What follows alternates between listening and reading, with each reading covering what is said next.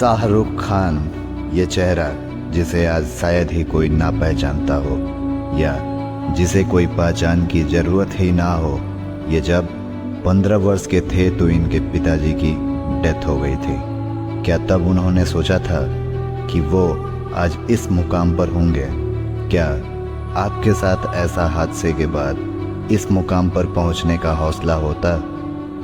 बहुत कम ही ऐसे शख्सियत होते हैं जो अपने फ़र्ज और जिम्मेदारियों को पूरा करते हुए अपने सपनों को सच कर दिखाने का हौसला रखते हैं। उन्हीं लोगों में से एक नाम शाहरुख खान भी है।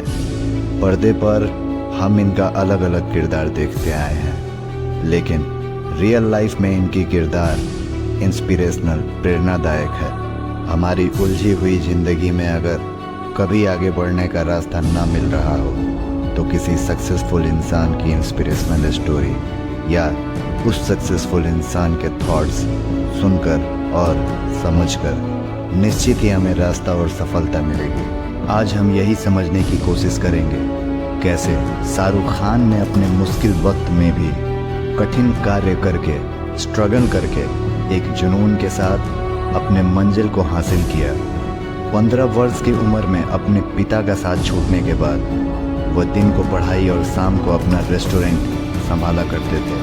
फिर उन्होंने अपने कला को पहचाना और 23 वर्ष के उम्र में दिल दरिया टीवी सीरियल से अपने करियर की शुरुआत की।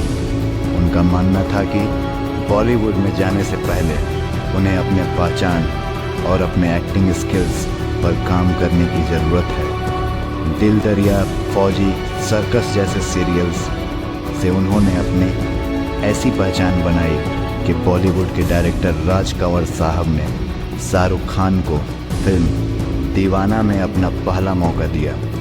इस फिल्म में उन्होंने अपने सीरियल्स के अनुभव को दिखाया और शाहरुख खान ने अपनी कला से लोगों का दिल जीता। उस समय यह फिल्म सुपरहिट हुई, जिसके लिए उन्हें बेस्ट एक्टर पुरस्कार भी मिला।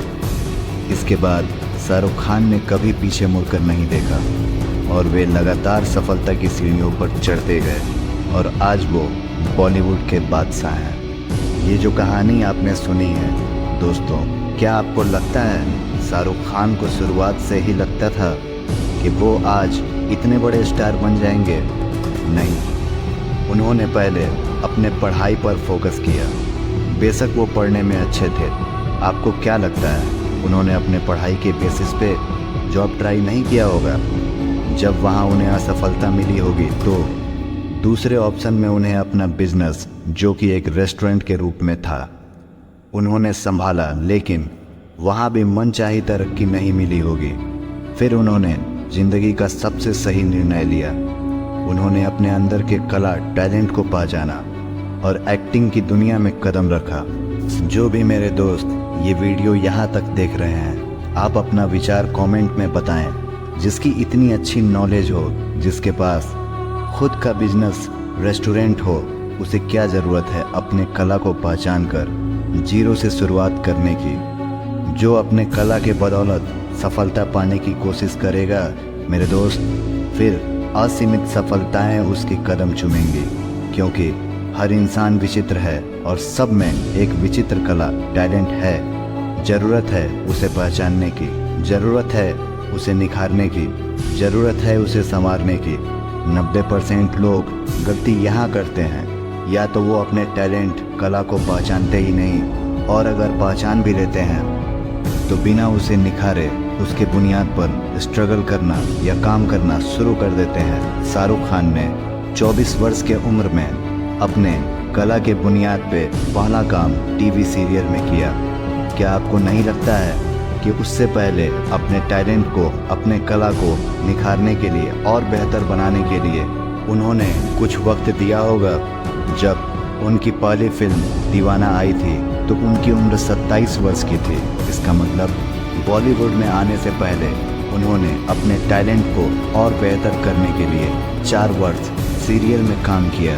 जितना ज़रूरी ये है कि हम अपने टैलेंट को पहचानें, उतना ही ज़रूरी है कि हम उस कला को इतना बेहतर बना दें कि उस जैसा कोई दूसरा ना हो, जैसा कि आज शाहरुख खान है। ऐसी ही एक कहानी एक और शख्स की है जिनके पिता एक मामूली किसान थे, जिन्होंने कई साल कॉस्मेटिक के दुकान में एज ए सेल्समैन भी काम किया है। उसके बाद उन्होंने अपने एक्टिंग स्किल्स को पहचाना और उन्होंने अपने कला को पहचानते ही मुंबई चले आए।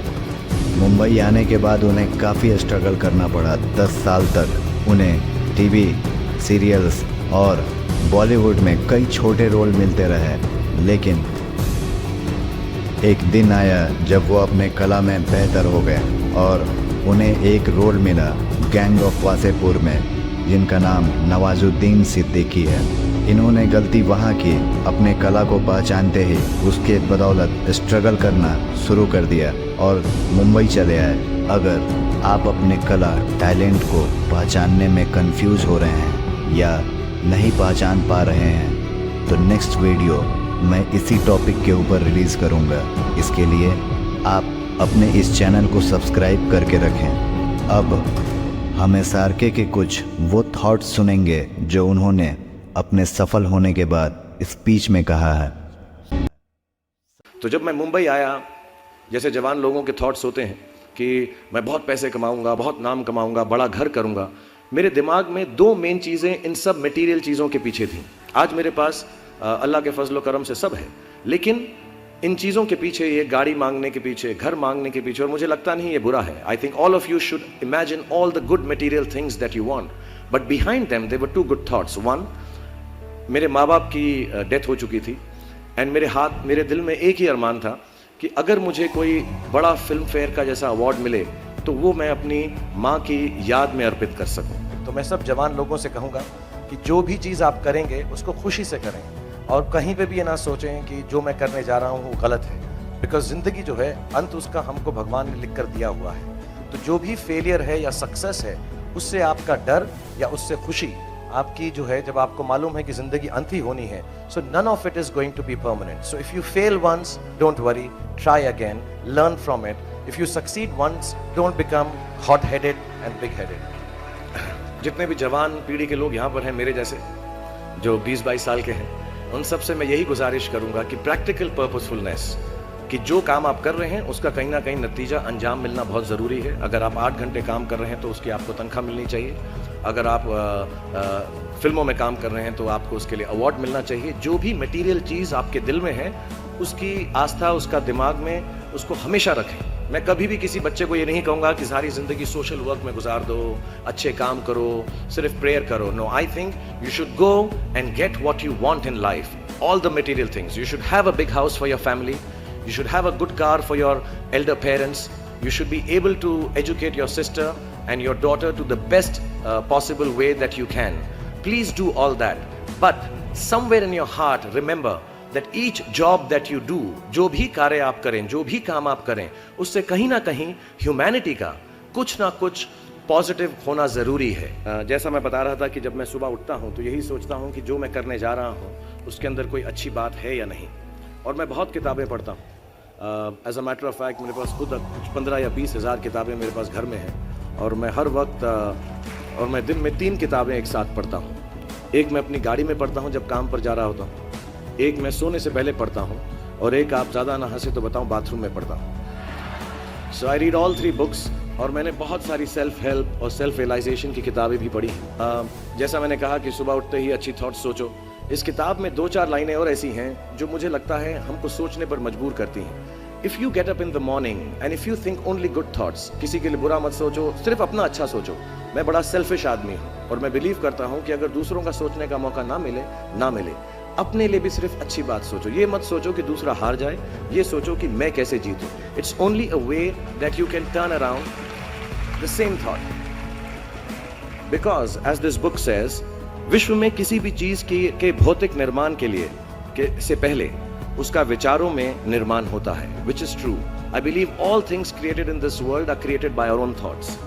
बार बार हर कोई दुनिया के अंदर यही बोलता है कि जो हमारा फ्यूचर है वो यूथ के हाथ में है और हमें अच्छे काम करने चाहिए, अच्छी चीज़ें सोचनी चाहिए। मेरा बिलीफ ये है हर यूथ को कि आपको ज़िंदगी में जो चीज़ चाहिए, जो कमाना है, जो नाम कमाना है, पैसा कमाना है, उससे कभी भी हिचकिचाए नहीं। पूरे बल से, पूरी ताकत से हर वो चीज़ पाने की कोशिश करें जिसके आपके दिल में दिलचस्पी है, जिससे प्यार है, और हर बात वो करें जो आपको अपने सपने के करीब ले जाती है। लेकिन उस सपने के अंदर कहीं ना कहीं पर एक ऐसा ख्याल ज़रूर रखें कि अपनी ह्यूमैनिटी, अपने जो लोग हैं, उनका भी कुछ ना कुछ भला हो रहा है। I don't think it's important to be anyone else. When I came to the industry, जब मैंने अपना काम शुरू किया था, तो मैं कोई भी बनना नहीं चाहता था। मैं सिर्फ वो करना चाहता था जो मुझे खुशी मिले। अगर जो दिमाग में आपके आएगा, जो आपके दिल में आए, उस काम से आपको अगर खुशी मिले, अपने माँ बाप के साथ बैठकर उनको समझाएं, क्योंकि कई बार मदर फादर बहुत स्ट्रिक्ट होते हैं कि नहीं, खेलो मत, पढ़ाई करो। I think what you believe in, if you believe in yourself, you will become yourself. It's not important to become a Shah Rukh Khan or an X or a Y and Z. किसी की तरह बनना बड़ी बात नहीं है। I think अपने आप में, अपने आप से मुब्तला होकर अपने आप से खुश रहना, आई थिंक उससे बड़ी कोई भी हैसियत दुनिया में नहीं है। Whoever you are, you're beautiful. That's what I believe.